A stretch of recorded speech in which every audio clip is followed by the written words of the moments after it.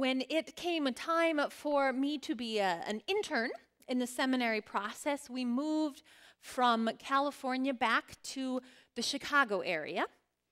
And the first thing that I wanted to do was to go to the bookstore and to buy a Thompson guide.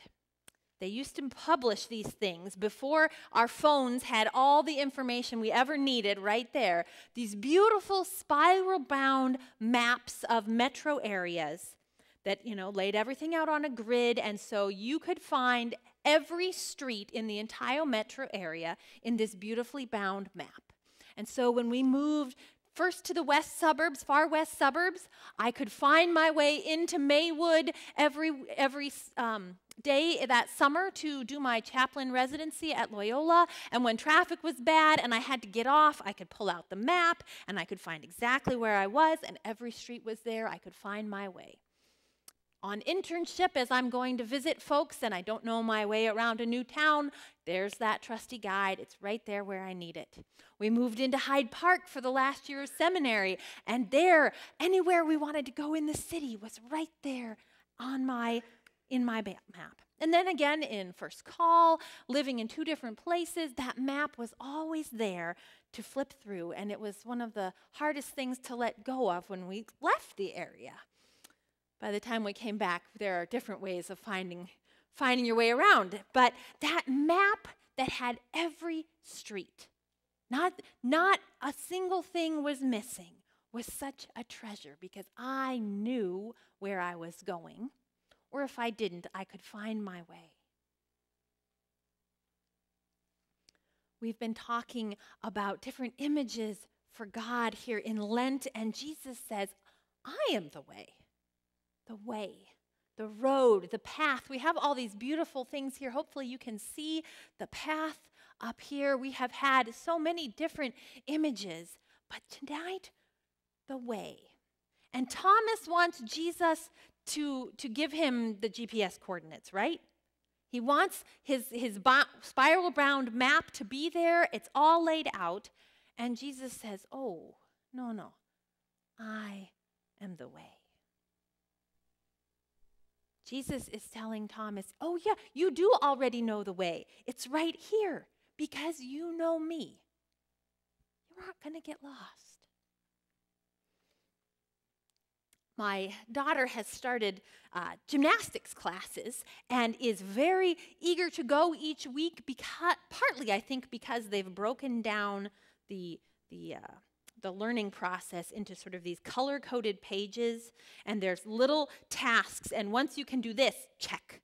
And then you can do this, check. And if you get all 15 things on the red page checked, well, then you're on to the orange page.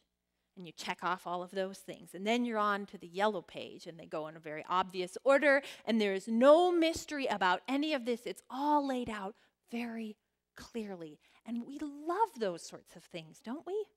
I'm the least likely person you've ever met to be called type A, and I still like that.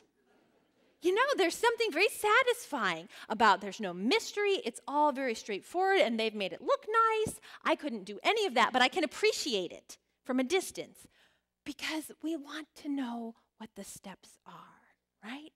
And Jesus says, oh no, that's not how this works. That's not how this works. I'm the way. I'm the way. I'm not the set of instructions. I'm the journey.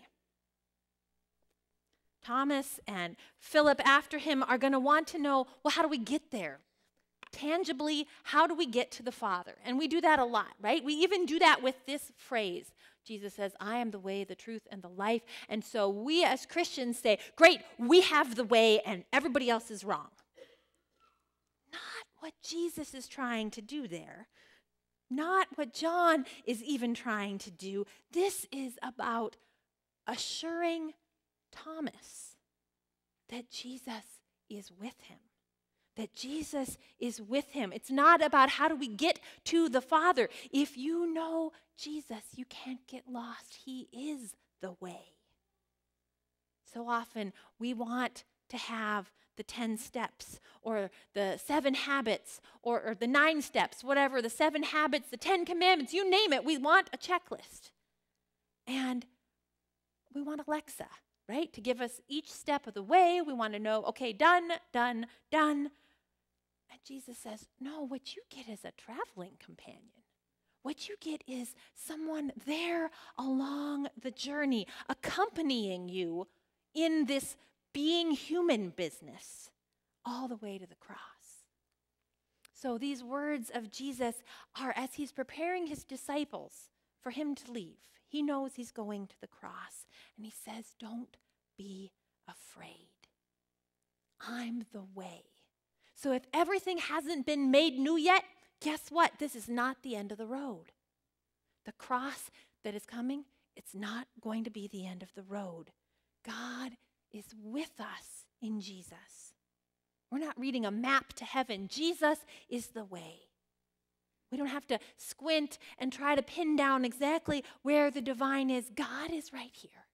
God is right now in the midst of whatever terrain that way is passing through, right? And we all have the terrain in our life that feels like it must be a dead end, or that there is no way that the road is going to wind through this to anything better. And Jesus says, oh, I'm the way. So wherever you're passing through, I'm the way, and we know how things end. The other invitation I think that this idea of Jesus as the way gives us is this idea that faith is trust, right? We are so tempted to make faith into beliefs. I am the way, the truth, and the life. Have you accepted Jesus Christ as your personal Lord and Savior? And if you haven't, right, that is a real temptation for Christians, when what Jesus is trying to do is to say, I am the way. He's going back to language that you'll find in Proverbs as wisdom talks about herself as the way. And the way in Hebrew has this flavor of treading or trampling, like maybe it's a path that's been well worn over and over by use. I can remember as a student at VU, there were these nicely poured sidewalks. But you can tell by the brown paths through the grass or the stomped on snow in the summer what the actual useful path is, right?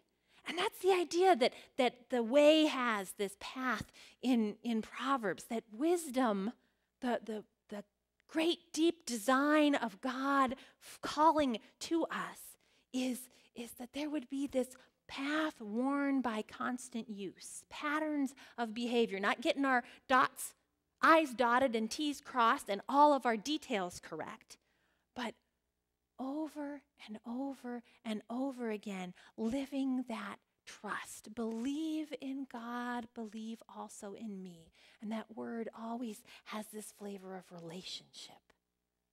So a way is the formation of our attitude and our heart, the things that we do over and over and over again, the things that we go back to over and over and over again, they shape us, right? For good or for ill. Jesus says, I'm the way. Come and let me accompany you. Let me shape you. Let me help you live into that trust and then live out of it.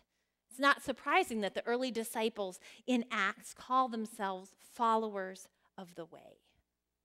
Right? There's a lot of things they could have called themselves, and followers of the way. It's a little too bad that we lost that language, because it has this sense of being on a path, of trusting that path, and of getting shaped by that path. So as they're followers of the way, they're beginning to drop some of their stuff, right? They're passing it off to someone who needs a little bit more in the book of Acts. They're learning that the other people who are also on that way, who don't quite look the way I do, that have long been considered not God's people, might also be a part of the way. And that's what happens when you follow the way, when you are invited into a journey by Jesus, who is the way. The things that you see, the surprises that come, it's a gift. Thanks be to God.